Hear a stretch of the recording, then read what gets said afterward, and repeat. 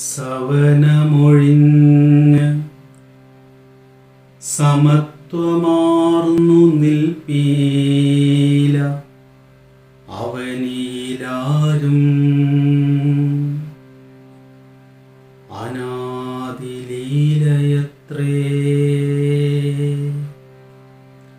അവിരളമാകും ഇതാകവേ അറിഞ്ഞാൽ അവന് അതിരറ്റ സുഖം ഭവിച്ചിടുന്നു.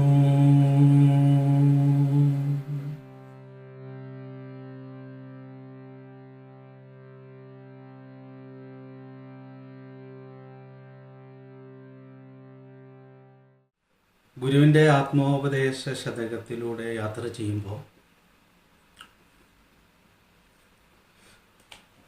നമ്മളിങ്ങനെ വിചാരിക്കും, ചില ശ്ലോകങ്ങൾ കേൾക്കുമ്പോൾ വിചാരിക്കും, ഇനി ഇങ്ങനെ ധാരമുറിയാത്ത സമാധാനവും സ്വസ്ഥതയും സ്വച്ഛതയും ഒക്കെ അനുഭവിക്കാൻ പറ്റും. ആഴമേറിയ ഒരു നിശ്ചലത്വത്തിലേക്ക് നമുക്ക് പ്രവേശിക്കാൻ കഴിയും. എല്ലാ പ്രശ്നങ്ങളും ഒഴുകി മറയും. ഒരു ചലനവും ഇനി ബോധത്തിൽ ഉണ്ടാവില്ല. അങ്ങനെയൊക്കെയുള്ള ഒരു സങ്കല്പം നമ്മുടെ ഉള്ളിൽ വരും. പൊതുവെ സ്പിരിച്വാലിറ്റി എന്ന് പറയുന്ന ഒരു മേഖലയിലേക്ക് പ്രവേശിക്കുമ്പോൾ, നിങ്ങൾ സ്പിരിച്വലാണ് എന്ന് പറഞ്ഞാൽ നിങ്ങളെപ്പോഴും സമാധാനത്തിലായിരിക്കുമല്ലേ, നിങ്ങളെപ്പോഴും ആനന്ദത്തിലായിരിക്കുമല്ലേ, അല്ലെങ്കിൽ അങ്ങനെ ആയിരിക്കണം എന്നൊരു നിർബന്ധമുള്ളത് പോലെയാണ്. എന്നോട് പലരും ചോദിക്കാറുണ്ട്, നിങ്ങൾ കുറേ വർഷമായിട്ട് സ്പിരിച്വലാണോ? ഞാൻ പറഞ്ഞു, ഞാൻ കുറേ കാലമായിട്ടൊന്നും സ്പിരിച്വലല്ല, ഇടയ്ക്കിടയ്ക്ക് സ്പിരിച്വൽ ആവാറുണ്ട് എന്നേ ഉള്ളൂ. എപ്പോഴും സ്പിരിറ്റ് ഉണർന്നിരിക്കുന്നുണ്ടെങ്കിൽ നമ്മൾ എന്തെങ്കിലും ചികിത്സ നടത്തണം. ഭ്രാന്താശുപത്രിയിലൊക്കെ പോയാൽ എപ്പോഴും സ്പിരിറ്റ് ഉണർന്നിരിക്കുന്ന മനുഷ്യരെ കാണാൻ പറ്റും. എപ്പോഴും ചിരിച്ചിരിക്കും, എപ്പോഴും ഉണർന്നിരിക്കും, ഒരു ആലസ്യം ഉണ്ടാവില്ല. ഒരു തരത്തിലുമുള്ള തളർച്ചകളും ഇല്ലാതെ ഇരിക്കുന്ന മനുഷ്യരെ കാണണമെങ്കിൽ എനിക്ക് തോന്നുന്നത് ആ ഭ്രാന്താശുപത്രിയിൽ പോകേണ്ടി വരും. പക്ഷേ സ്പിരിച്വൽ ആകുക എന്ന് പറഞ്ഞു കഴിഞ്ഞാൽ അങ്ങനെ ഒരു ധാരണ എങ്ങനെയോ വന്ന് പെട്ടിട്ടുണ്ട്. എങ്ങനെയാണ് നിങ്ങൾക്കിങ്ങനെ ആനന്ദത്തിൽ കഴിയാൻ പറ്റുന്നത് എന്നൊക്കെ ആളുകൾ അങ്ങ് ചോദിക്കുകയാണ്. ഒരു കാറ്റ് വീശിയാൽ വിഷമിക്കുന്ന മനസ്സായിട്ടാണ് നമ്മളൊക്കെ ഇരിക്കുന്നത്. അപ്പോൾ നമ്മളോടാണ് ഈ ചോദിക്കുന്നത്, എന്തൊരു ആനന്ദത്തിലാണ് നിങ്ങൾ ഇരിക്കുന്നത്, എപ്പോഴും നിങ്ങൾ ആനന്ദത്തിലാണ്, എന്തൊരു ശാന്തിയാണ് കാണുക. കുളിച്ച് നല്ല വസ്ത്രമൊക്കെ ഇട്ട് ക്ലാസ്സിൽ വന്നിരിക്കുന്നത് കാണുമ്പോൾ നല്ല സമാധാനമുള്ളതുപോലെയൊക്കെ തോന്നും. എപ്പോഴും അങ്ങനെയൊന്നുമല്ല, ആരും അങ്ങനെയല്ല. തെറ്റായൊരു ധാരണയാണത്. എപ്പോഴും സൂര്യൻ നട്ടുച്ച ആയിരുന്നാൽ എന്തൊരു ബോറായിരിക്കും. അതിനൊരു ഉദയവും ഒരു അസ്തമയവും ഒരു മങ്ങലും ഒരു തെളിയലും ആ ഒരു ഏറ്റക്കുറച്ചിലുകളിലൂടെ. എന്നാൽ ഈ ഏറ്റക്കുറച്ചിലുകളെല്ലാം തൻ്റെ യാത്രയുടെ ഭാഗമാണെന്ന് അറിഞ്ഞ് സഞ്ചരിക്കാൻ സൂര്യന് കഴിയുന്നത് കൊണ്ട് സൂര്യന് വിഷമമൊന്നുമില്ല. സൂര്യൻ്റെ ഉദയത്തെയും അസ്തമയത്തെയും കുറിച്ച് അറിയുക, ഇരുട്ടും വെളിച്ചവും രാവും പകലും ഉണ്ടാകുന്നത് എങ്ങനെയാണെന്നും സൂര്യൻ ഇങ്ങനെ ഉദിക്കുകയും അസ്തമിക്കുകയും ചെയ്യേണ്ടതുണ്ട് എന്നും അങ്ങനെയുള്ള ഒരു ആവർത്തന സ്വഭാവങ്ങളിലൂടെ സഞ്ചരിച്ചാൽ മാത്രമേ ജീവൻ ഇവിടെ പുലരുകയുള്ളൂ എന്നൊക്കെ നല്ല ധാരണ നമുക്കുള്ളത് കൊണ്ട് നമ്മളാരും സൂര്യൻ ഉദിച്ചിട്ട് അങ്ങ് ഉച്ചയാവണ്ട എന്ന് പറയാറില്ല, അസ്തമിക്കണ്ട എന്ന് പറയാറില്ല, ഇരുട്ടാവണ്ട എന്ന് പറയാറില്ല, വീണ്ടും നേരം വെളുക്കണ്ട എന്ന് പറയാറില്ല. ഋതുക്കൾ മാറി മറിഞ്ഞ് പോകുന്നത് വേണ്ട എന്ന് പറയാറില്ല. എന്നും തണുപ്പ് കാലമായിരുന്നെങ്കിൽ ചൂടുകാലം വേണ്ട എന്ന് നമ്മൾ പറയാറില്ല. ചൂടുകാലം നമുക്ക് സഹിക്കാവുന്ന തരത്തിലായാൽ മതി എന്നേ പറയാറുള്ളൂ. കാരണം ഋതുക്കൾ മാറി മറിഞ്ഞ് വരികയും പ്രഭാതങ്ങളും ഉച്ചകളും സായാഹ്നങ്ങളും സന്ധ്യകളും രാത്രികളും ഉണ്ടാവുകയും ഒക്കെ ചെയ്താൽ മാത്രമേ ജീവൻ്റെ സുഗമമായ യാത്ര സാധ്യമാകൂ എന്ന് നമുക്ക് അറിയാം. ആ അറിവ് നമുക്കുള്ളത് കൊണ്ട് പ്രകൃതിയിലെ മാറ്റങ്ങളെ പ്രതി നമ്മൾ ദുഃഖിതരല്ല. മറിച്ച് പ്രകൃതിയിൽ സംഭവിക്കുന്ന എല്ലാ മാറ്റങ്ങളെയും ഉൾക്കൊണ്ട് അതിനനുസരിച്ച് ജീവിക്കാൻ നമ്മൾ തയ്യാറാവുകയാണ്. രാത്രി ആകുമ്പോൾ വീട്ടിൽ കയറും, ടോർച്ച് എടുക്കും, കിടന്നുറങ്ങാനും അന്തരീക്ഷം ഉണ്ടാക്കും, നേരം വെളുക്കുമ്പോൾ ലൈറ്റൊക്കെ ഓഫാക്കും. അപ്പോൾ നമ്മൾ നമ്മുടെ സാഹചര്യങ്ങളെ പ്രകൃതിയുടെ മാറ്റത്തിനനുസരിച്ച് മാറ്റിക്കൊണ്ടിരിക്കുന്നതിൽ നമ്മൾ വിഷമിക്കുന്നില്ല. അയ്യോ ഇനിയിപ്പോൾ രാത്രിയാവാൻ പോകണു, ഇനിയിപ്പോൾ ലൈറ്റ് കത്തിക്കണമല്ലോ, ഇനിയിപ്പോൾ വാതിലടക്കണമല്ലോ, ഇനിയിപ്പോൾ കർട്ടൻ ഇടണമല്ലോ, ഇനിയിപ്പോൾ പുറത്തു പോകാൻ പറ്റില്ലല്ലോ, ഇങ്ങനെയൊന്നും നമ്മൾ ആലോചിക്കുന്നില്ല. അത് പ്രകൃതിയുടെ പ്രകൃതമാണ് എന്നറിഞ്ഞ് അതിനനുസരിച്ച് നമ്മുടെ ജീവിതത്തിൽ മാറ്റമുണ്ടാക്കാൻ പ്രയത്നിക്കുകയാണ് നമ്മൾ ചെയ്യുന്നത്. ഇപ്പോൾ കാരമടയിലൊരു വാഗ മരമുണ്ട്. ഇങ്ങനെ പൂത്ത് ചുമന്ന പൂക്കൾ വന്ന് നിറഞ്ഞ് അങ്ങ് പൂത്ത് നിൽക്കും. അയ്യോ ഒരിക്കലും ഞാൻ പൂക്കൾ ഇല്ലാതാവരുതെന്ന് നമ്മൾ ആഗ്രഹിക്കാറൊന്നുമില്ല. അത് കംപ്ലീറ്റ് കൊഴിഞ്ഞു പോകും. എന്നിട്ട് വെറും കൊമ്പും ചില്ലി മാത്രമേ ആവും. പിന്നെ ആ കൊമ്പും ചില്ല മാത്രമായിട്ട് ഇങ്ങനെ ഉണങ്ങി വരണ്ട. ഇപ്പോൾ അത് കത്തിപ്പോകുമെന്നോ അല്ലെങ്കിൽ കൊഴിഞ്ഞു വീഴുമെന്നോ കരുതുന്നിടത്ത് വീണ്ടും ഇലകൾ പൊടിച്ചു വരും. ആ കൊമ്പിൽ രണ്ടാമത് ഒരു ഇല ഉണ്ടാവുമെന്ന് നമുക്ക് സ്വപ്നത്തിൽ പോലും വിചാരിക്കാൻ പറ്റില്ല. അങ്ങനെ കരിഞ്ഞ കൊമ്പും ചില്ലകളായിട്ടാണ് ആ മരം നിൽക്കുക. ഇനി ഒന്നും അതിൽ വരില്ല എന്ന് നമ്മൾ തീരുമാനിക്കുക. അപ്പോഴാണ് അതിൽ നിന്ന് ചെറുതായിട്ട് ഇലകൾ ഇങ്ങനെ പൊടിച്ച് വന്ന് അത് മുഴുവൻ ഇലകളായിട്ട് മാറും. പിന്നെ ഇലകളൊക്കെ കുറഞ്ഞു വന്ന് അവിടെ മുഴുവൻ പൂക്കൾ വന്ന് നിറയും. വീണ്ടും നമുക്ക് വിശ്വസിക്കാൻ പറ്റില്ല. ഇങ്ങനെ ഒരു ഉണങ്ങി വരണ്ട് നിന്നിരുന്ന ഒരു മരത്തിലാണ് ഇത്രമാത്രം പച്ചപ്പുണ്ടായതെന്നും ഇത്രമാത്രം പൂക്കൾ വന്ന് നിറഞ്ഞതെന്നും നമുക്ക് വിശ്വസിക്കാൻ പറ്റില്ല. പക്ഷേ ആ എല്ലാ മാറ്റങ്ങളെയും കണ്ട് അനുഭവിച്ച് മനസ്സിലാക്കി അറിഞ്ഞവർ എന്ന നിലയിൽ ആ മാറ്റങ്ങളെ മുഴുവൻ ഒരു പരാതിയുമില്ലാതെ ഉൾക്കൊള്ളാനും ആ മാറ്റങ്ങളെ മുഴുവൻ പൂർണ്ണ ഹൃദയത്തോടെ സ്വീകരിക്കാനും അതിൽ വേദനിക്കാതിരിക്കാനും അമിതമായി ആഹ്ലാദിക്കാതിരിക്കാനും ഒക്കെ അതിൻ്റെ പ്രകൃതം മനസ്സിലാക്കിയ വ്യക്തികൾക്ക് കഴിയാറുണ്ട്. ആരും കരഞ്ഞു വിളിക്കാറില്ല. ഈ പ്രകൃതിയിൽ നിന്നുണ്ടായവരാണ് നമ്മൾ.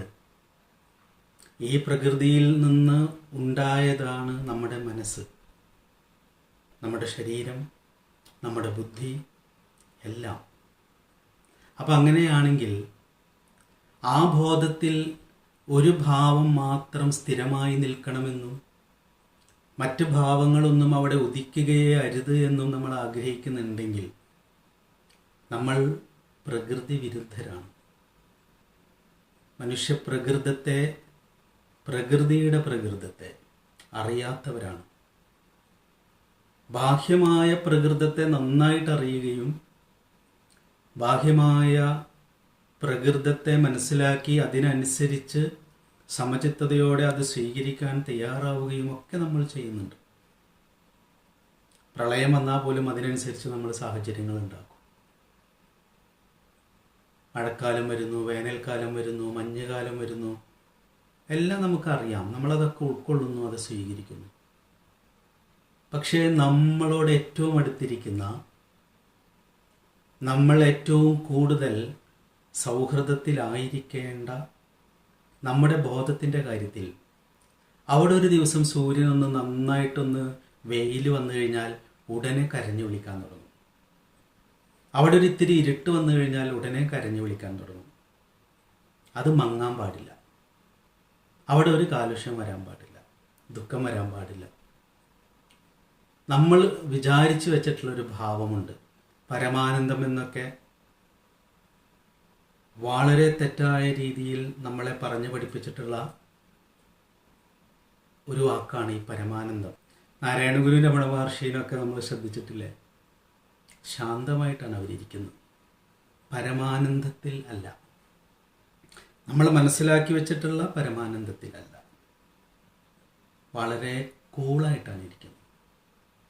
ഷിർദി സായി ബാബ, രമണ മഹർഷി, കബീർ, റൂമി, ബുദ്ധ, നാരായണ ഗുരു, അവരുടെയൊക്കെ ഫോട്ടോയിലോ പ്രതിമയിലോ അല്ലെങ്കിൽ അവരെ വർണ്ണിച്ചിട്ടുള്ള എഴുത്തുകളിലോ അവരുടെ കൃതികളിലോ ഒക്കെ, അല്ലെങ്കിൽ ഉപനിഷത്ത് ഋഷിമാർ, നമ്മൾ യാജ്ഞവൽക്യൻ, ജനകൻ, ഇവരൊക്കെ നമ്മൾ വായിച്ചു പഠിച്ചിട്ടുണ്ട്. അവരൊന്നും ഇങ്ങനെ ഞെളിവിരി കൊള്ളുന്ന ബ്ലിസ് അനുഭവിച്ചിരിക്കുന്നതായിട്ടല്ല നമ്മളൊന്നും അനുഭവിച്ചിട്ടുള്ളത്. നല്ല സമാധാനത്തിൽ ശാന്തമായിട്ടിരിക്കുന്നു. അവരൊക്കെ വേദനിച്ചിട്ടുണ്ട്. കരുണ കൊണ്ട് അവരുടെ കണ്ണ് നിറഞ്ഞിട്ടുണ്ട്. പലതരത്തിലുള്ള വൈകാരികവും വൈചാരികവുമായ ഭാവങ്ങളിലൂടെ അവരുടെ ബോധം കടന്നു പോകുമ്പോഴും അതെല്ലാം മനസ്സിൻ്റെ പ്രകൃതമാണെന്നറിഞ്ഞ് വളരെ സമാധാനത്തോടെയും ശാന്തചിത്തരായും ആ ഭാവങ്ങളെ മുഴുവൻ കണ്ടിരിക്കാൻ അവർക്ക് കഴിഞ്ഞിരുന്നു. അല്ലാതെ എൻ്റെ ജന്മജന്മാന്തരങ്ങളായി ഞാൻ ആർജിച്ചു കൂടിയ വാസനകളൊക്കെ സാധന ചെയ്ത് കരിച്ചു കളഞ്ഞ് കംപ്ലീറ്റ് വാഷ് ഔട്ട് ചെയ്ത് ബോധം ഇങ്ങനെ പ്യുവർ നിഷ്കളങ്കമായി ഒരിക്കലും മുറിയാത്ത ആനന്ദത്തിൽ നമ്മൾ ഇങ്ങനെ ഇരിക്കും എന്നൊന്നും നമ്മളെ പറഞ്ഞ് ഒരു ഉപനിഷത്തും പറ്റിച്ചിട്ടില്ല. അവർ പറഞ്ഞത് ബോധമെന്ന് പറയുന്നത് ജാഗ്രത്, സ്വപ്നം, സുഷുപ്തി എന്ന് പറയുന്ന അവസ്ഥാത്രയങ്ങൾ ഉള്ളതും ആ അവസ്ഥാത്രയങ്ങളിൽ സത്വരജോ തമോ ഗുണങ്ങളാൽ എന്ന് പറയുന്ന ഗുണങ്ങളാൽ സദാ ചലനാത്മകമായിരിക്കുന്നതും വിശ്വാത്മാവ്, തൈജസൻ, പ്രാജ്ഞൻ എന്നൊക്കെ പറയുന്ന 3 തരത്തിലുള്ള ജ്ഞാനികൾ നിരന്തരമായി പ്രവർത്തിക്കുന്നതും, ഇങ്ങനെ ജാഗ്രത്, സ്വപ്ന, സുഷുപ്തി അവസ്ഥകളിൽ സത്വരജോ തമോ ഗുണങ്ങളുടെ നിരന്തരമായ പ്രവർത്തനത്തിൻ്റെ ഭാഗമായി അന്ധഃകരണവും ഇന്ദ്രിയങ്ങളും ശരീരം തൊട്ടറിയുന്ന ലോകവും എല്ലാം നിരന്തരമായ പ്രവർത്തനത്തിൽ ഏർപ്പെട്ടുകൊണ്ടിരിക്കുകയാണ്. അവിടെ നിശ്ചലത്വം എന്ന് പറയുന്നത് ഇതിനെയെല്ലാം, ഈ സഞ്ചാരങ്ങളെയെല്ലാം, ഈ പ്രവാഹങ്ങളെയെല്ലാം സൗമ്യ ശാന്തമായി കണ്ടിരിക്കാനുള്ള, നോക്കിയിരിക്കാനുള്ള ഒരറിവുണ്ടാവൽ മാത്രമാണ്. ഇവിടെ ഒന്നും ശുദ്ധിയാക്കാനില്ല, ഇവിടെ ഒന്നും അശുദ്ധമായിരിക്കുന്നുമില്ല. ഇവിടെ ഉള്ളതെല്ലാം, ഇപ്പോൾ ആയിരിക്കുന്നതെല്ലാം, ഇപ്പം നമ്മളിവിടെ ഇരുന്നിട്ട് സംസാരിക്കുമ്പോൾ ഇവിടെ ഇപ്പോൾ നമ്മൾ ഇരുന്ന് ഗുരുവിൻ്റെ ആത്മോപദേശ ശതകത്തിലെ ഒരു മന്ത്രത്തിന് ആസ്വാദനം പറയുമ്പോൾ അതിലേക്ക് ശ്രദ്ധയോടുകൂടിയിരിക്കുന്ന ഒരാൾക്കും എനിക്കിപ്പോൾ ഒന്ന് ശുദ്ധിയാവണമെന്ന് തോന്നാറില്ല. കാരണം എന്താ? നമുക്കങ്ങനെ തോന്നുന്നില്ല. ഇങ്ങനെ ഇരുന്നാൽ മതി എന്നേ തോന്നുന്നുള്ളൂ. അപ്പോൾ ഇതിനകത്ത് തൊട്ട് മുമ്പ് നമ്മൾ അശുദ്ധരായിരുന്നു? അല്ല, ഒന്ന് ഉണർന്നിരുന്നു എന്ന് മാത്രമേ ഉള്ളൂ.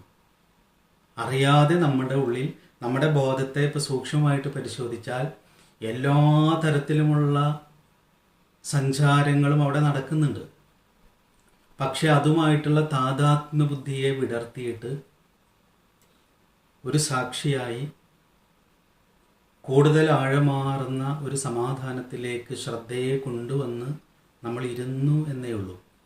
അങ്ങനെ ഇരുന്നപ്പോൾ നമ്മളുടെ ബോധത്തിൽ ജാഗ്രത്, സ്വപ്ന, സുഷുപ്തി ലോകങ്ങളിൽ സത്വരജോ തമോ ഗുണങ്ങളുടെ പ്രവാഹങ്ങൾ നിരന്തരം നടന്നുകൊണ്ടിരിക്കുന്നതിനോട് നാം താദാത്മ്യ ബുദ്ധി ഇല്ലാതെ ഇരിക്കുന്നു എന്നേ ഉള്ളൂ. അതവിടെ നടക്കുന്നുണ്ട്, അതിൻ്റെ പണി അവിടെ നടക്കുന്നുണ്ട്.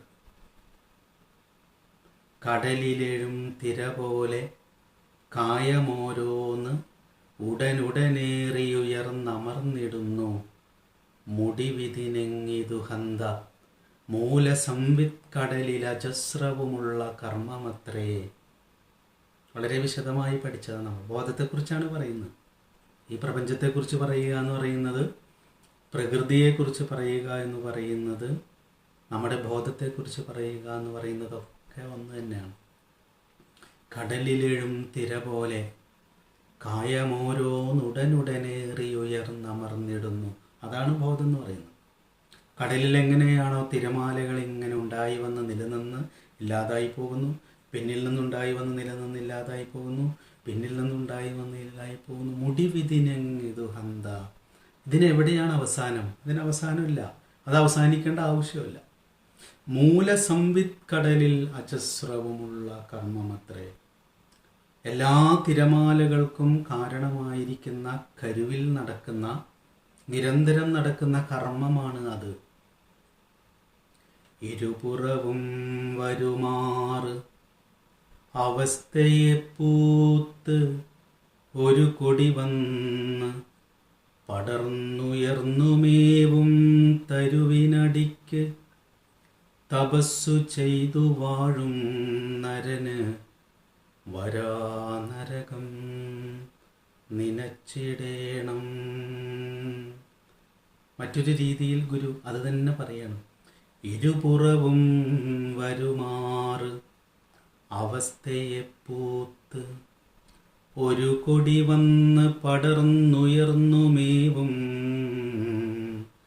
തരുവിനടിക്ക് തപസ്സു ചെയ്തു വാഴും നരന് വരാ നരകം നിനച്ചിടേണം. ആ ജീവവൃക്ഷത്തില് പലതരത്തിലുള്ള ആന്തരികവും ബാഹ്യവുമായ അവസ്ഥകളെ പൂത്ത് വള്ളിച്ചെടി ഇങ്ങനെ പടർന്നുയർന്നു മേവും. അതൊന്നും നിർത്താൻ പറ്റില്ല. പക്ഷെ അതൊക്കെ കണ്ടുകൊണ്ട് അതിൻ്റെ അടിക്ക് സാക്ഷിയായിട്ടിരിക്കുന്ന ആൾക്ക് നരകം വരില്ല എന്ന്. അല്ലാണ്ട് ഈ വള്ളിച്ചെടി മുഴുവൻ വെട്ടിടാൻ തുടങ്ങിയാൽ ജീവിതകാലം മുഴുവൻ ഈ വെട്ടിടൽ മാത്രമേ നടക്കുള്ളൂ, സമാധാനം ഉണ്ടാവില്ല. കടലിൽ ഉയർന്നു വരുന്ന തിരമാലകളെ നിശ്ചലമാക്കാൻ ശ്രമിച്ചുകൊണ്ടിരുന്നാൽ ആ ശ്രമം മാത്രമേ ഉണ്ടാവുള്ളൂ, വിശ്രമം ഉണ്ടാവില്ല. മനസ്സിൽ ഉയർന്നു വരുന്ന ചിന്തകളെ ഇല്ലാതെയാക്കാൻ ശ്രമിച്ചുകൊണ്ടിരുന്നാൽ ആ ശ്രമമേ ഉണ്ടാകൂ, ഒരിക്കലും വിശ്രമിക്കാൻ പറ്റില്ല. ഇപ്പോൾ നമ്മൾ ഇരിക്കുന്ന നമ്മളുടെയൊക്കെ ബോധത്തിൽ നമ്മളിവിടെ വരുന്നതിന് മുമ്പ് എത്ര ചിന്തകൾ ഉണ്ടായിരുന്നുവോ അതേ ചിന്തകളൊക്കെ പ്രവഹിക്കുന്നുണ്ട്. ഒരു മാറ്റമല്ല. ബോധം കടലിലെഴും തിര പോലെ കായമോരോന്നുടനുടനേറി ഉയർന്നമർന്നിടുന്നു എന്ന് പറയുന്നത് പോലെ നമ്മളുടെ ബോധസാഗരത്തിൽ ചിന്തകളുടെ അനന്തമായ ഉണ്ടാവലുകളും നിലനിൽക്കലുകളും ഇല്ലാതാവലുകളും നമ്മളുടെ സുഷുപ്തിയിലും സ്വപ്നത്തിലും ജാഗ്രതയിലും നിരന്തരം നടന്നുകൊണ്ടിരിക്കുന്നുണ്ട്, ഇപ്പോഴും നടന്നുകൊണ്ടിരിക്കുന്നുണ്ട്. അതിനോടുള്ള താദാത്മ്യബുദ്ധി, ഒട്ടിപ്പിടുത്തം കുറഞ്ഞിരിക്കുന്നു എന്നതാണ് ശ്രുതിയിൽ ശ്രദ്ധാലുവായിരിക്കുമ്പോൾ സംഭവിക്കുന്നത്. അല്ലാതെ അതൊന്നും അടങ്ങിയിട്ടില്ല. ഒന്നും അടങ്ങുന്നുമില്ല, അടങ്ങേണ്ടതുമില്ല. കടലിലെ തിരമാലകൾ അടങ്ങിയിട്ടല്ലല്ലോ കടലിനെ നമ്മൾ ആസ്വദിക്കുന്നത്. സൂര്യൻ എവിടെയെങ്കിലും നിശ്ചലമായിട്ട് നിന്നിട്ടാണോ സൂര്യനെ നമ്മൾ ആസ്വദിക്കുന്നത്? എന്തെങ്കിലും അങ്ങനെ എവിടെയെങ്കിലും നിൽക്കുന്നുണ്ടോ? നിരന്തരമായി തുടരുന്ന പ്രവാഹങ്ങളല്ലാതെ മറ്റെന്താണ് പ്രകൃതിയിലുള്ളത്, പ്രപഞ്ചത്തിലുള്ളത്, ബോധത്തിലുള്ളത്? ഒരിക്കലും നമ്മളുടെ ബോധത്തിൽ നിന്ന് അകന്നു പോകില്ല എന്ന് കരുതിയ എത്രയെത്ര ഇരുട്ടുകളാണ് നമ്മളിൽ നിന്ന് മാറിപ്പോയിട്ടുള്ളത്. ഇനി ഈ ആനന്ദത്തിൽ നിന്ന് ഞാൻ ഒരിക്കലും താഴേക്ക് വരില്ല എന്ന് കരുതിയ എത്രയോ ആനന്ദങ്ങളിൽ നിന്നാണ് നമ്മൾ താഴ്ന്നു പോയിട്ടുള്ളത്. നമ്മുടെ കയ്യിലാണോ ഇതിരിക്കുന്നത്?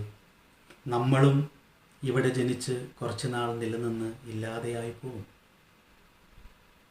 ഏതോ ഒരു ഏകകോശ ജീവിയിൽ നിന്ന് തുടങ്ങി അനേക ജീവരൂപങ്ങളിലൂടെ പ്രവഹിച്ചു വന്ന് മനുഷ്യരായി, ഇനി മനുഷ്യനും ഇല്ലാതെയായി, ഇതിങ്ങനെ അവിരളമായി തുടരും.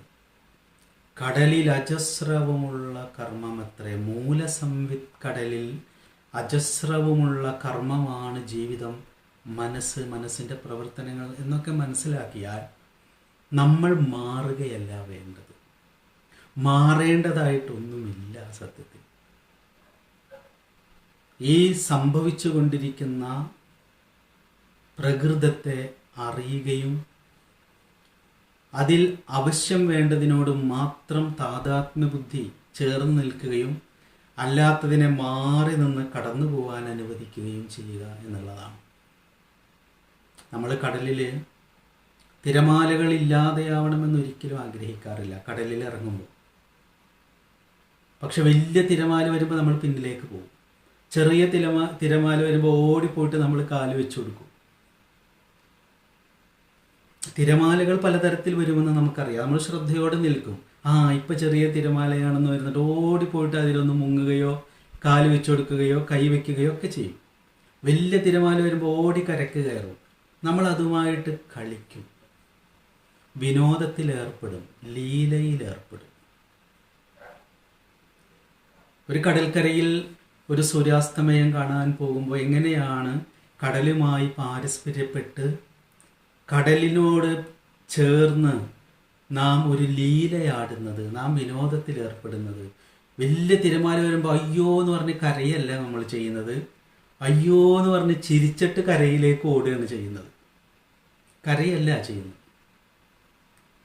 അയ്യോ ഇങ്ങനൊന്നും തിരമാല വരരുതേന്നൊന്നും നമ്മൾ പറയുന്നില്ല. നമ്മൾ ഓടും. എന്നിട്ട് ആ തിരമാല മെല്ലെ കാലിൽ വന്ന് തൊടുന്ന സ്ഥലത്ത് നിൽക്കും. എന്നിട്ട് ഇങ്ങനെ കണ്ണടച്ചത് ആസ്വദിക്കും.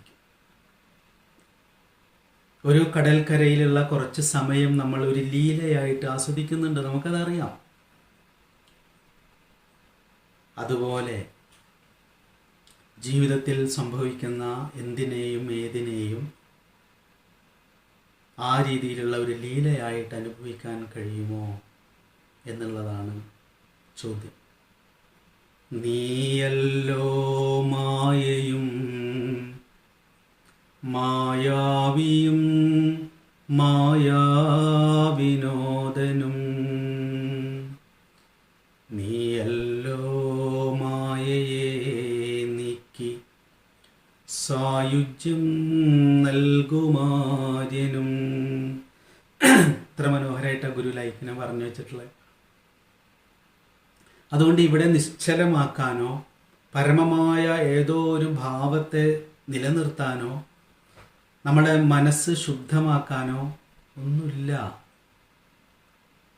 ശുദ്ധം അശുദ്ധം എന്നത് സങ്കല്പമാണ്. അങ്ങനെ ഒരു ക്ലെൻസിങ് എന്ന് പറയുന്ന ഒന്നില്ല. ഇപ്പം നമ്മളൊക്കെ ക്ലീൻ ആയിട്ടല്ലേ ഇരിക്കുന്നത്? നമ്മളെന്തെങ്കിലും ബ്രഷ് ഇട്ടിട്ട് തേച്ച് മിനുക്കിയിട്ടാണോ? നമ്മൾ മനസ്സിലേക്ക് ഭയങ്കരമായിട്ട് ശ്രദ്ധിച്ചിട്ടാണോ? ഇപ്പം ഇരിക്കുമ്പോൾ നമ്മൾ എത്ര സമാധാനത്തിലാണ് ഇരിക്കുന്നത്? ശ്രദ്ധ തെറ്റിയാൽ അസമാധാനം ഉണ്ടാവും. ശ്രദ്ധയോടെ ഇരുന്നാൽ സമാധാനം ഉണ്ടാവും. നമ്മൾ ഈ കടലിൽ കളിക്കുന്ന ഒരു പ്ലേ ആണ്, അതിനാണ് ശ്രദ്ധ എന്ന് പറയുന്നത്. വലിയ തിരമാല വരുമ്പോൾ മെല്ലെ പിന്നിലേക്ക് ഓടുക, ചെറിയ തിരമാല വരുമ്പോൾ ഓടിപ്പോയിട്ട് കാലിട്ട് നനയ്ക്കുക. അങ്ങനെ നമുക്ക് നാം വ്യവഹരിക്കുന്ന ലോകങ്ങളിൽ നമ്മളെ ബാധിക്കുന്ന ഇടങ്ങളിൽ നിന്ന് പിന്നിലേക്ക് ചിരിച്ചുകൊണ്ട് ഓടുകയും ഭയന്നുകൊണ്ടല്ല. അതോടൊപ്പം നമുക്ക് ഏർപ്പെടാവുന്ന ലോകങ്ങളിൽ ഓടിച്ചെന്ന് ആ പതയിൽ കാലിട്ട് അടിച്ച് മുങ്ങി കുളിക്കുകയും ഒക്കെ ചെയ്യുന്ന തരത്തിൽ അവിടെ നമ്മൾ വളരെ അനായാസമായിട്ടാണ് ഇതൊക്കെ ചെയ്യുന്നതെങ്കിൽ ഒരു ശ്രദ്ധ, കടലിനോടുള്ള ഒരു ശ്രദ്ധ നമ്മുടെ ഉള്ളിൽ എപ്പോഴും ഉണ്ട്. വളരെ അനായാസമായ ഒരു ശ്രദ്ധയാണത്. കുട്ടികളെ പോലും നമ്മൾ കുറേ അങ്ങ് കൊണ്ടുപോകും. നമുക്കറിയാം ഒരു നിശ്ചിത ദൂരം വരെ കൊണ്ടുപോയ കുട്ടികൾക്കൊന്നും സംഭവിക്കില്ല എന്ന് കൈ പിടിച്ചിട്ട്. ചില അച്ഛനമ്മമാർ കുട്ടികളെ കൈ വിട്ടു കൊടുക്കുന്നുണ്ട്. അവർക്ക് കൃത്യമായിട്ട് അറിയാം തിരമാല വരുന്നതിൻ്റെ ശക്തി അറിയാവുന്നതുകൊണ്ട് അവർ പോയി കളിച്ചോട്ടെ എന്ന് തീരുമാനിക്കും. അവർ കടലിൽ പോയിട്ട് അങ്ങ് മുങ്ങും, മൂക്കിലൊക്കെ വെള്ളം കയറും, അവർ ചിരിച്ചുകൊണ്ടിരിക്കും. കൃത്യമായ സമയത്ത് പിടിച്ചു കൊണ്ടുവരികയും ചെയ്യും. ആ ഒരു വിനോദം, ആ ഒരു മായാവിനോദൻ്റെ ആ ഒരു മാന്ത്രിക വലയത്തിൽ അകപ്പെട്ടവരാണ് നമ്മളെന്നറിഞ്ഞ്, ആ മായാവിയുടെ കളിയിൽ അകപ്പെട്ടവരാണ് നമ്മളെന്നറിഞ്ഞ് ആ കളി അങ്ങ് ആസ്വദിക്കാൻ തീരുമാനിക്കുകയും, ആസ്വദിക്കാൻ തീരുമാനിക്കുമ്പോൾ നല്ലത് മാത്രമല്ല നമ്മുടെ ബോധത്തിലുണ്ടാവുക. നമ്മളിപ്പോൾ ആത്മശതകം പഠിച്ചു കഴിഞ്ഞാൽ നാളെ മുതൽ ജ്ഞാനന്ദ ജീവിതം അങ്ങനെയൊന്നുമല്ല. എല്ലാം മാറി മറിഞ്ഞു വരും. ബോധത്തിലെല്ലാം മാറി മറിഞ്ഞു വരുമ്പോഴും അതിനെയെല്ലാം ജീവിതമായി കണ്ട്, സന്തോഷം മാത്രമല്ല ജീവിതം എന്ന് പറയുന്നത്. നമ്മുടെ ബോധത്തിൽ നടക്കുന്ന എല്ലാ കർമ്മങ്ങളും എല്ലാ ഭാവ പ്രവാഹങ്ങളും ജീവിതം തന്നെയാണ് എന്നറിഞ്ഞ് അത്യാവശ്യം വേണ്ടതിനോട് മാത്രം ഒട്ടി നിൽക്കുകയും അല്ലാത്തതിനോടൊക്കെ ചിരിച്ച് പിന്നിലേക്ക് മാറുകയും ചെയ്യുന്ന ഒരു ശ്രദ്ധയെ വളർത്തിയെടുക്കുക മാത്രമാണ് നമ്മൾ കണ്ടുപോയിടണം, തരുവിനടിക്ക് പോയി ഇരുന്നിടണം, തെളിഞ്ഞിടണം എന്നൊക്കെ പറയുന്നത്. അല്ലാണ്ട് നമ്മളെ മാറ്റിമറിക്കാനല്ല പറയുന്നത്. നമ്മൾ ഇപ്പോഴേ കൊള്ളാവുന്നവരാണ്, സാക്ഷാൽ അനുഭവശാലികളാം ഓർക്കിൽ ആരും എന്നാ ഗുരു പറയുന്നു. നാളെ അനുഭവശാലികളായിട്ട് മാറണമെന്നല്ല ഗുരു പറയുന്നത്. നമ്മളെല്ലാവരും ഇപ്പോൾ തന്നെ അനുഭവശാലികളാണ് ഓർക്കിൽ, സൂക്ഷ്മമായിട്ട് മനസ്സിലാക്കുകയാണെങ്കിൽ.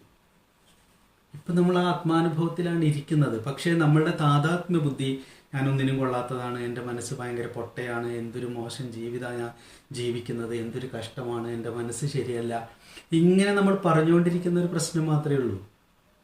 ഞാൻ ആത്മാവാണ്, ഞാൻ അറിവാണ്, ഞാൻ കരുവാണ്, ഞാൻ വെളിച്ചമാണ് എന്ന് നമ്മളോട് പറയുകയാണ് വേണ്ടത്. പക്ഷെ നമ്മൾ തിരിച്ചാണ്. ഇനി ഇതൊക്കെ ഒന്ന് ക്ലീൻ ചെയ്യണം. കടലിലെ തിരമാലകളെ ക്ലീൻ ചെയ്തിട്ട് നമുക്ക് എന്നാണ് കടൽ ആസ്വദിക്കാൻ പറ്റുക?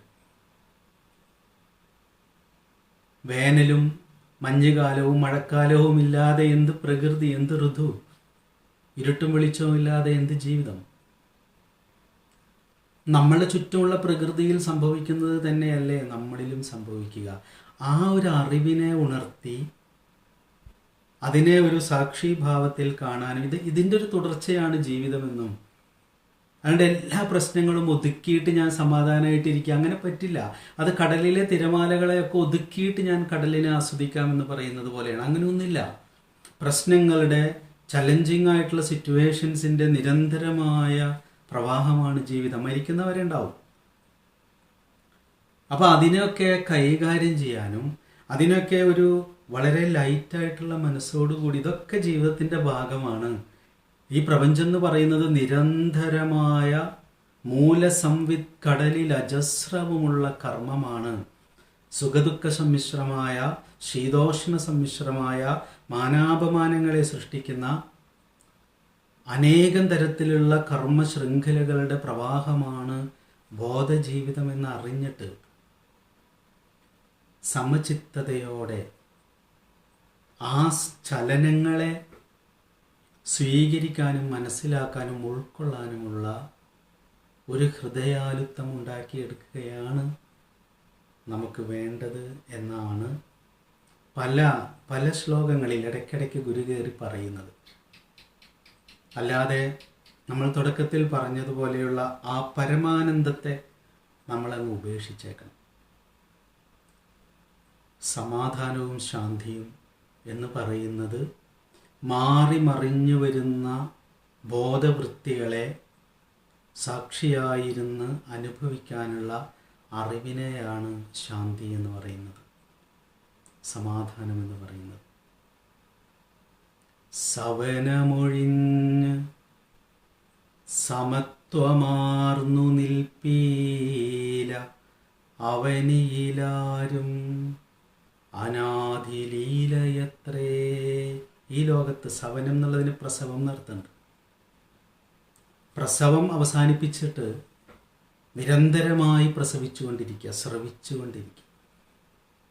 പ്രകൃതിയിലായാലും മനസ്സിലായാലും നമ്മുടെ ശരീരത്തിൽ എത്ര കോശങ്ങളാണ് ഉണ്ടായിക്കൊണ്ടേയിരിക്കുന്നത്, എത്ര കോശങ്ങളാണ് ഇല്ലാതായിക്കൊണ്ടിരിക്കുന്നത്. ഓരോ നിമിഷവും നമ്മളിങ്ങനെ നിശ്ചലമായി തുടരുകയാണെന്ന് നമ്മുടെ ധാരണയാണ്. ശരീരത്തിലെ ലക്ഷക്കണക്കിന് കോശങ്ങൾ ഉണ്ടാവുകയും ലക്ഷക്കണക്കിന് കോശങ്ങൾ ഇല്ലാതെയാവുകയും പലതും പരിണമിക്കുകയും ഒക്കെ ചെയ്തുകൊണ്ടിരിക്കുന്ന, നിരന്തരമായി പ്രവർത്തന നിരതമായിക്കൊണ്ടിരിക്കുന്ന ഒരു ശരീരമാണ് നമ്മളിങ്ങനെ ഇരിക്കുമ്പോൾ ഞാനിവിടെ നിശ്ചലമായിരിക്കുന്നു എന്നൊരാൾ പറഞ്ഞാൽ അതാളുടെ പറച്ചിൽ മാത്രം, സൂക്ഷ്മതയില്ലാത്തതുകൊണ്ട്. നിശ്ചലമായി ഒന്നും ഇരിക്കുന്നില്ല, സദാ പ്രസവിച്ചുകൊണ്ടേയിരിക്കുകയാണ്. നമ്മൾ രാവിലെ എണീറ്റിട്ട് വീട്ടുമുറ്റത്തേക്ക് ചുറ്റും നോക്കിക്കഴിഞ്ഞാൽ തലേന്ന് ഇല്ലാതിരുന്ന എത്ര പുല്ലും ചെടികളും നമുക്ക് കാണാൻ പറ്റും. എത്ര എണ്ണം ഇല്ലാതായി പോയിട്ടുണ്ടായിരിക്കും. പക്ഷെ നമ്മളതൊന്നും കാണില്ല. കാരണം നമ്മുടെ കണ്ണിൽപ്പെടുന്ന ആകെ 5-6 മരങ്ങളേ ഉള്ളൂ. എന്തൊക്കെയാണുള്ളത്? ഇപ്പം കഴിഞ്ഞ ദിവസം ഇവിടെ കാർ ഷെഡ്, ഒരു ഷെഡ് ഉണ്ടാക്കുമ്പോൾ ഭൂമി കുഴിച്ചപ്പോൾ അതിൻ്റെ ഉള്ളിലൊരു സാധനം നോക്കുമ്പോൾ ഒരു തവളയാണ്. അത് ഭൂമിക്കടിയിലുള്ള ഒരു കുഞ്ഞു തവള, ഒരു പ്രത്യേക തരത്തിലുള്ള തവള. ഞാൻ ആദ്യമായിട്ടാണ് കാണുന്നത്. ആ തവള വളരെ അപൂർവമായിട്ടാണ് ഇത്ര പുറത്ത് വരിക. അത് പുറത്ത് വരുന്ന കൃത്യസമയത്ത് അതിനെ പിടിക്കാനുള്ള പക്ഷിയും വരും ഇത്ര. അത്ഭുതമാണ്. അപ്പം നമ്മൾ കാണാത്തതും കാണുന്നതുമായ അനന്തമായ പ്രസവിക്കലുകൾ ആന്തരികമായും ബാഹ്യമായും നടന്നുകൊണ്ടേയിരിക്കുന്ന അവനിയിൽ ലോകത്തിലാണ് നമ്മൾ ഇരിക്കുന്നത്. ഇതൊരു അനാദി ലീലയാണ്. അനന്തമായി തുടരുന്ന ആദ്യന്തങ്ങളില്ലാത്തൊരു ലീലാവിലാസമാണ്. ഇവിടെ നിശ്ചലത്വമൊന്നും നമ്മൾ തേടേണ്ടതില്ല. സവനമൊഴിഞ്ഞ് സമത്വമാർന്നു നിൽപ്പീല അവനിയില്ലാരും അനാദിലീലയത്രേ. ഇത്ര മനോഹരമായിട്ടാണ്, കാവ്യാത്മകമായിട്ടാണ് ഗുരു അത് പറയുന്നത്. അവിരളമാകും ഇടതടവില്ലാതെ മുറിവില്ലാതെ നടന്നുകൊണ്ടിരിക്കുന്ന ഈ പ്രവാഹത്തെ ആകവേ അറിഞ്ഞാൽ, അതെങ്ങനെയാണ് ആകവേ അറിയാം? നമ്മളൊരു മലയുടെ മുകളിലേക്ക് നടന്നു പോകുകയാണെന്ന് കരുതാം. ഒരു മലയുടെ ഉച്ചിയിലേക്ക് നടന്നു പോകുമ്പോൾ, നടന്നു പോകുന്ന സമയത്ത് നമ്മൾ നമ്മുടെ ചുറ്റുപാടുകളുള്ള കൊച്ചു കൊച്ചു കാര്യങ്ങൾ കണ്ടിട്ടാണ് നമ്മൾ കയറി പോകുക. അവസാനം ആ ഉച്ചിയിൽ ചെന്ന് ചുറ്റുപാടിലേക്ക് നോക്കുമ്പോൾ നമ്മൾ അതുവരെ കണ്ടിരുന്ന ലോകങ്ങൾ മുഴുവൻ ഒന്നായി ഒരു ചെറിയൊരു കയ്യിലൊതുങ്ങാവുന്ന ഒരു കുഞ്ഞ് ഒരു തുള്ളി ജലം പോലെ നമ്മൾ കാണും. നമ്മളെ കൈക്കുമ്പിളിൽ ഒതുങ്ങാവുന്ന ഒരു പ്രപഞ്ചം പോലെ ചുറ്റുപാടുകൾ നമ്മൾ അനുഭവിച്ചിരിക്കും. ആ അറിവാണ് ആകവേ അറിയൽ. നമ്മുടെ അറിവുകളൊക്കെ ഭാഗികമായ അറിവുകളാണ്, കുറച്ചേ നമ്മൾ കാണുന്നുള്ളൂ. സമഗ്രമായ ഒരു കാഴ്ച നമുക്കില്ല. ഇപ്പം ജീവിതത്തിനെ സമഗ്രമായി കാണുമ്പോഴാണ് നമുക്ക് മനസ്സിലാവുക, മൂലസംവിത്കടലിൽ അജസ്രവുമുള്ള കർമ്മമാണിത്. ഇതിനെ പിടിച്ചു നിർത്താനോ ഇതിനെ നിശ്ചലമാക്കാനോ എല്ലാ പ്രശ്നങ്ങളും അവസാനിച്ചിട്ട് വേണം എനിക്കൊന്ന് സമാധാനമായിട്ടിരിക്കാനെന്ന് പറയാനോ ഒന്നും കഴിയില്ല. അങ്ങനെ എല്ലാ പ്രശ്നങ്ങളും അനുഭവിച്ചിട്ടൊരു സമാധാനമില്ല. ഈ പ്രശ്നങ്ങളുടെ നിരന്തരമായ തുടർച്ചയാണ് ജീവിതം എന്ന് പറയുന്നത്. ഒന്ന് വിട്ട് വേറൊന്ന് വരും. ഒരു പ്രശ്നം കഴിയുമ്പോൾ അടുത്തൊരെണ്ണം വരും. ചെറുതും വലുതുമായിട്ടുള്ള പ്രശ്നങ്ങൾ, ഈ പ്രശ്നങ്ങളെ ഈ ആകവേയുള്ള പ്രകൃതിയിൽ നടക്കുന്ന ലീലാവിലാസമായി അറിയാനും അനുഭവിക്കാനും കഴിയുന്ന ഒരു മനസ്സ് നമുക്കുണ്ടാവണം. അതെങ്ങനെ ഉണ്ടാവുക? ഇരുപുറവും വരുമാറ് അവസ്ഥയെ പൂത്ത് ഒരു കൊടി വന്ന് പടർന്നുയർന്നുമേവും തരുവിനടിക്ക്. നമ്മൾ ഈ വള്ളിച്ചെടിയുടെ കൂടെ കെട്ടിപ്പിടിച്ച് പോവാതെ ആ മരത്തിൻ്റെ അടിക്ക് ഇരുന്ന് കൊടുക്കാൻ കഴിയണം. നമ്മൾ നമ്മുടെ ജീവിതത്തിലേക്ക് തിരിഞ്ഞു നോക്കുക. ഓർമ്മ വെച്ച നാൾ മുതൽ പ്രശ്നങ്ങളില്ലാത്ത ആരാണുള്ളത്? ഇവിടെ പലരും വിളിക്കും, ഷൗക്കത്ത് നിങ്ങളുടെ ആശ്രമത്തിൽ താമസിക്കാൻ പറ്റുമോ? അപ്പം എന്താ, ഭയങ്കര പ്രശ്നമാണ് ജീവിതത്തിൽ. അപ്പോൾ ഞാൻ ചോദിച്ചു, ഇവിടെ വന്നാൽ പ്രശ്നം ഉണ്ടാവില്ലേ? നിങ്ങൾ മനേഷിനൊന്ന് വിളിച്ച് ചോദിച്ചു നോക്കുന്ന.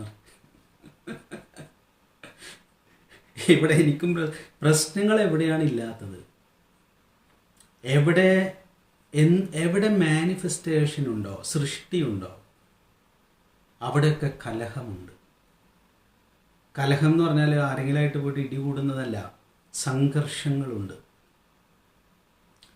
ഈ കലഹവും സംഘർഷവുമാണ് നമ്മളെ പരിണമിപ്പിക്കുന്നത്.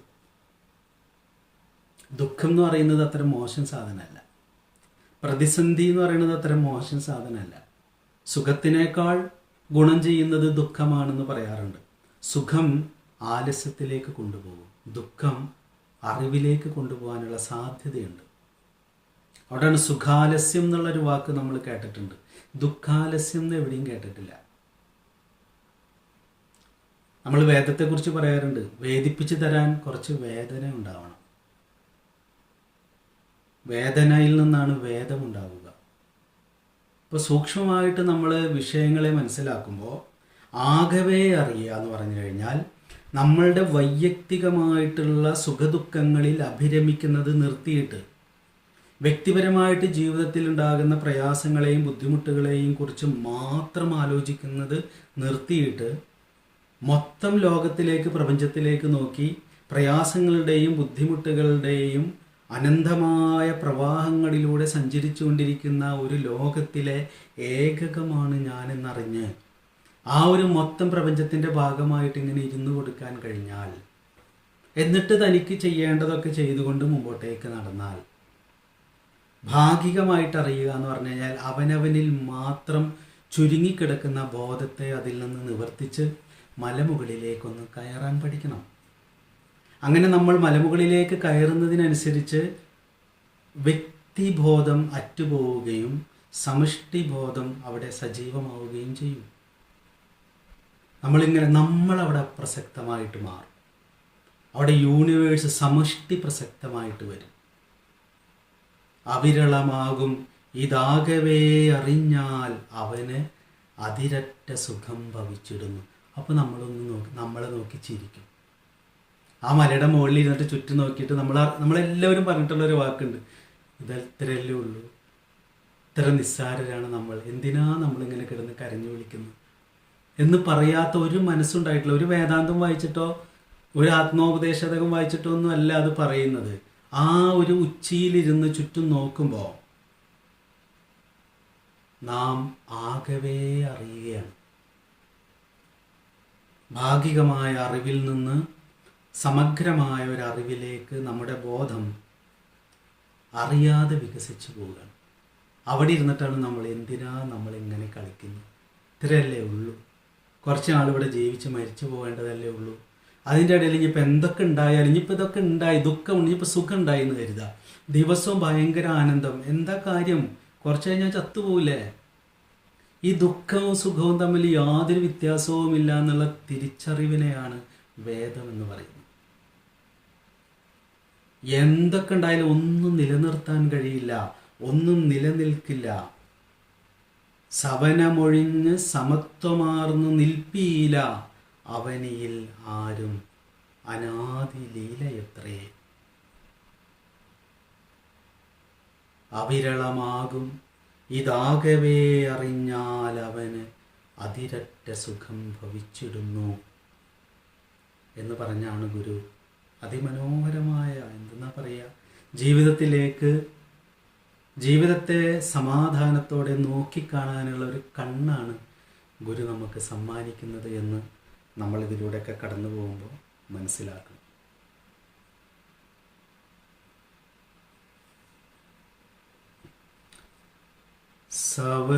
സവനമൊഴിഞ്ഞ് സമത്വമാർന്നു നിൽപ്പീല അവനിലാരും അനാദിലീലയത്രേ.